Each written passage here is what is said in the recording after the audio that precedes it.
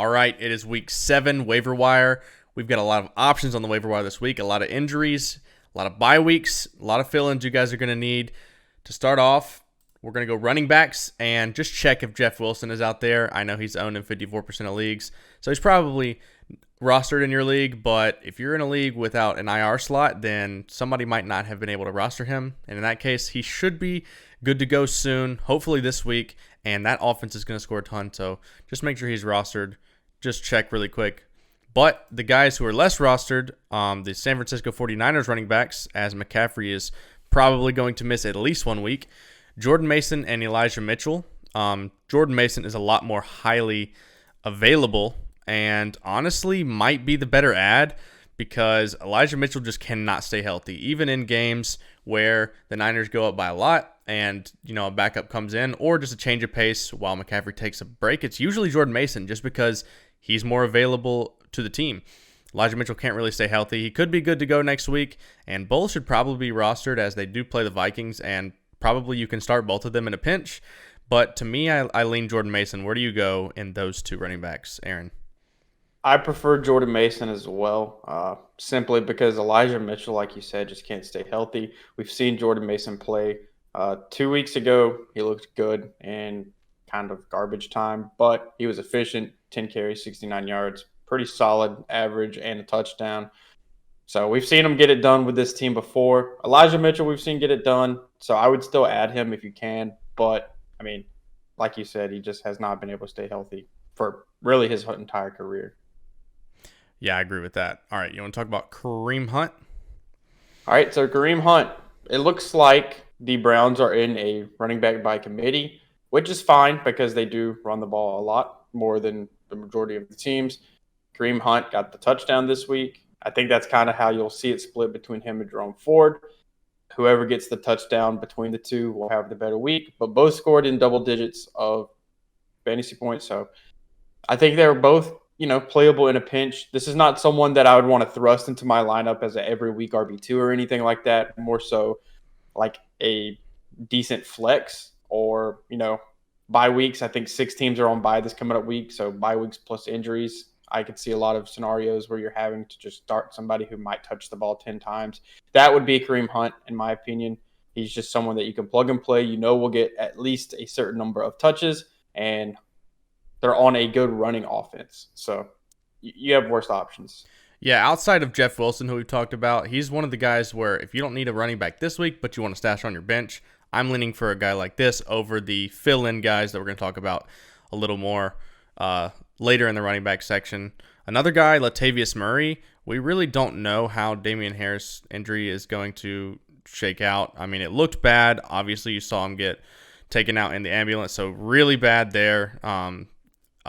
So obviously praying for him. But Latavius Murray came in, saw half the snaps, and got 12 carries. And he's widely available. He's a veteran guy. I think he's 33 at this point, but he should be able to get you some touches. And if this is a longer-term injury, then he'll be a high upside handcuff as well as somebody you can flex in a pinch to me. Yep. Next up is going to be Zach Evans. We've seen both Kyron Williams and Ronnie Rivers go out with injury. Ronnie we get the alert that it's probably going to be a 4 to 5 week injury, so he's probably going on IR.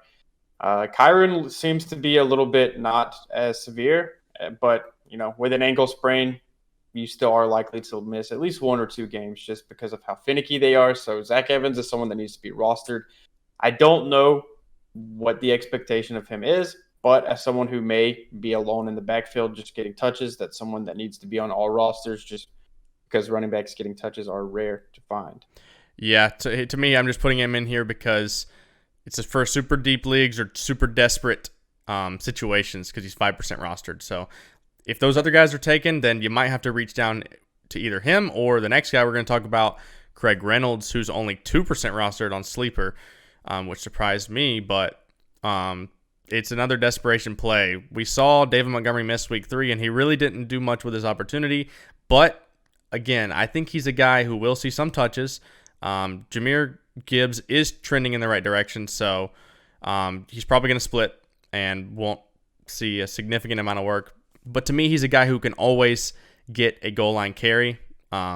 If they fall on the 2 or the 1, he's probably going to get the carry over Jahmyr Gibbs if he's active. So he's a guy that in a desperate situation, it's just a 1 week or maybe 2 week fill-in. And these last 2 guys are probably not available in your league, but check the waiver wire just in case. That's going to be Roschon Johnson and Chuba Hubbard. Roschon, if you need to play this week, is the guy I would target out of those 2 because Chuba is on bye. But he still needs to be rostered. Chuba has outplayed Miles Sanders pretty significantly this season, in my opinion. And honestly would not be surprised, Dylan, if they made a switch and made Chuba the lead guy and Miles Sanders more the rotation guy. And Roschon with Herbert on IR, Roschon should at least get the majority of the starter touches. I know Deontay Foreman will still be involved, but if you're looking at a 2-player split, I think that's a lot more manageable. And if Roschon's getting 50+% of the snaps, that is a guy that definitely needs to be rostered. Yeah, with Khalil Herbert on IR, I definitely like Roschon the most there. And again, if you don't have IR slots in your league, he could have gotten dropped. So definitely check there. They would be some of the highest priority options. All right, moving on to receivers. We have, again, bye weeks, so you might need to plug and play some of these guys.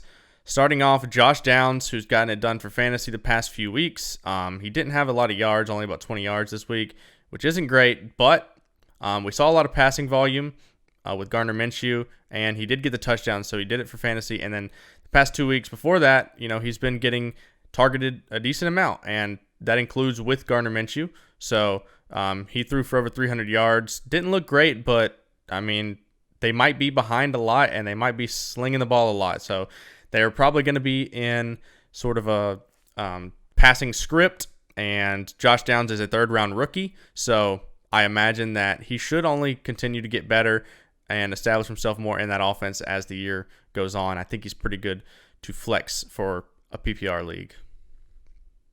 Next up is going to be Kendrick Bourne.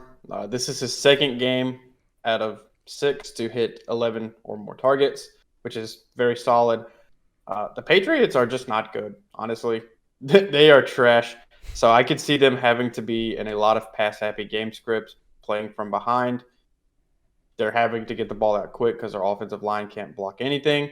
And Kendrick Bourne is that quick target that they use. So, in an offense that's not gotten much going, he's the guy that is going to benefit from that. Yeah, not in a super exciting option, but he is the number 1 target in that offense. So if you need a flex who's going to get targets, he gets a good amount of those. Next up, Wan'Dale Robinson, a guy who was injured to start the year and was injured a good bit last year too in his rookie year. But they eased him in week 3. He only saw about 20% of the snaps, but since then he's seen a lot more, and he's been pretty involved in the offense with 6, and 8 targets in the 3 weeks after that. So, in a PPR league, he's actually been pretty good for you. And I know we picked him up in a super deep league. He was super available, and he's still pretty available out there. Again, if you need a PPR flex, and I think he has a little bit of upside with him being a second-year receiver, then I think he's a decent pickup. And also, you could see him as a stash as well. Next up is going to be Jaxon Smith-Njigba. He's probably not available in your league, but check just in case. And also, after waivers run this week, check and see if anybody dropped him. Because, with bye weeks and injuries right now, people may be down on Jaxon Smith-Njigba. He just came off his season high, which is only 8.8 full PPR points, so not great. So people could be mad and spite dropping him or whatever. They may be desperate. So keep an eye out if he's either on the waiver or if somebody drops him this week. Keep an eye out for him. He played a season high in snaps at 72%, had a season high in yards of 48, and his average depth of target is still low, but it was a little bit better this past week. So hopefully they still figure that out. I'm not sure why they're using him as a short area target versus a deep target, but I think they'll figure it out. And as rookies progress, they tend to do better towards the end of their season. Like Amon-Ra St. Brown last year, he didn't do anything until about the last 6 games. Yeah, he's definitely a high upside stash. He does have that upside too of like if one of the receivers ahead of him goes down, he'll probably get super involved. So he's got a lot of upside, but guy I really don't want to start. I'd rather start the other pickups we talked about as of now. Another guy with a good bit of upside to me is Rashee Rice. He is number 1 in the league in targets per out run with almost 37%. The problem is he's only seeing about half the snaps, but it seems like he's getting open. He's demanding targets, which is really good. He's getting more involved in the offense. The problem is, can he just run more routes? Will the Chiefs allow him to run more routes? He seems to be the best receiver on that team, and they should be looking for a number 1 receiver to establish themselves, and he's making a case. He's a rookie again, so, second round rookie. We like to see them get better in the second half of the year, as we've talked about, and I don't see any reason they shouldn't get him more involved. And you can still start him if you need to, since he's a good candidate for a touchdown, and he's getting targets when he's out there. Lastly, for receivers, is going to be Curtis Samuel. He's going to be available in about half of leagues, so might not be available in your league, but check just in case. He's coming off 18 points, and 14-point games, which is very, very solid in all formats. And I'm not sure why he's being targeted as much as he is when they have other weapons that are, in my opinion, better. But the quarterback loves him, and he's got a great matchup this week in the Cardinals, or against the Giants, my bad. So he's definitely startable for the foreseeable future until his hot streak ends or he stops seeing targets. But for now, he's wide receiver 2, honestly, over the past 3 weeks. Yeah, he's the second most targeted receiver on that team behind Terry McLaurin, and it's honestly kind of close. Seems like Sam Howell just spreads the ball around a lot and doesn't like Jahan Dotson. That's just what I'm seeing so far. So, for now, just keep riding the hot hand until you see otherwise. All right, so for a tight end pickup, so Jonnu Smith, I know it's weird. I thought he would be the tight end 2 on this team, but he's getting the most yards and the most targets. So he's the most involved in the passing game on the Atlanta Falcons. He's only 24% rostered, and it's a dire situation for tight end and fantasy. Obviously, Pitts got the touchdown this week, but Jonnu Smith was still involved. Jonnu got a touchdown too. Okay, so Jonnu got a touchdown too. So, yeah. They're both involved. Jonnu seems more involved, but the Falcons looking like they're starting to pass a little bit more. Hopefully that trend continues, as you can't really be a successful NFL team these days if you're not passing the ball at a good rate. So they should look to keep doing that, and hopefully, you just keep riding it because it's tight end, so it's a little desperate there. It's a fun fact. This was Jonnu Smith's first touchdown in his last 31 games. Dang. Okay. Well, the thing is, he was getting it done without a touchdown, though. He's getting crazy targeted. I don't get it, but he is. Yeah, that's not saying don't pick him up, because we picked him up and played over the past couple weeks, and he's been a top 5 tight end the past 3 weeks. So because definitely pick him up. If you're a late tight end team, I just keep riding the hot hand again. Check on Dalton Schultz, I guess. He's 40-something% available, so check for him. He would obviously be above Jonnu in that case, but he's probably He is someone I would – so they're on bye next week, but he's somebody that I would be willing to hold to the bye if you pick him up this week. True. He's seen insane amount of targets for a tight end, and he's produced double-digit points in the past 2 or 3 games.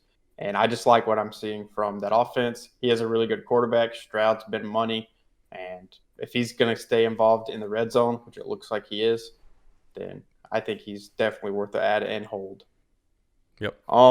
So leading to our quarterbacks, there's 2 prominent streamers this week. That's going to be Sam Howell versus the Giants. The Giants are trash pretty much. I know they showed well on Monday or Sunday night against the Bills. I don't know where that came from. Maybe the Bills just looked bad. But, I would be willing to start Sam Howell against the Giants. Nothing we've seen from the Giants other than that one game has showed that they're good. And then Geno Smith versus the Cardinals. Everybody's good against the Cardinals. So I'm not letting this bad game from Geno affect me. I would be willing to pick him up and start him this week if he's available. Yep. And Sam Howell has been pretty good for fantasy the past 3 weeks. Like, they just get behind, and he just keeps throwing it. He keeps getting sacked, and then they got a long way to go, and then he just keeps throwing it. So in a decent matchup, I would definitely play him. Absolutely. All right. I guess that does it for the waiver wire pickups for week 7. If you guys enjoyed the content, consider subscribing. Thank you guys for watching. We've been the Fantasy Bros, and we're out.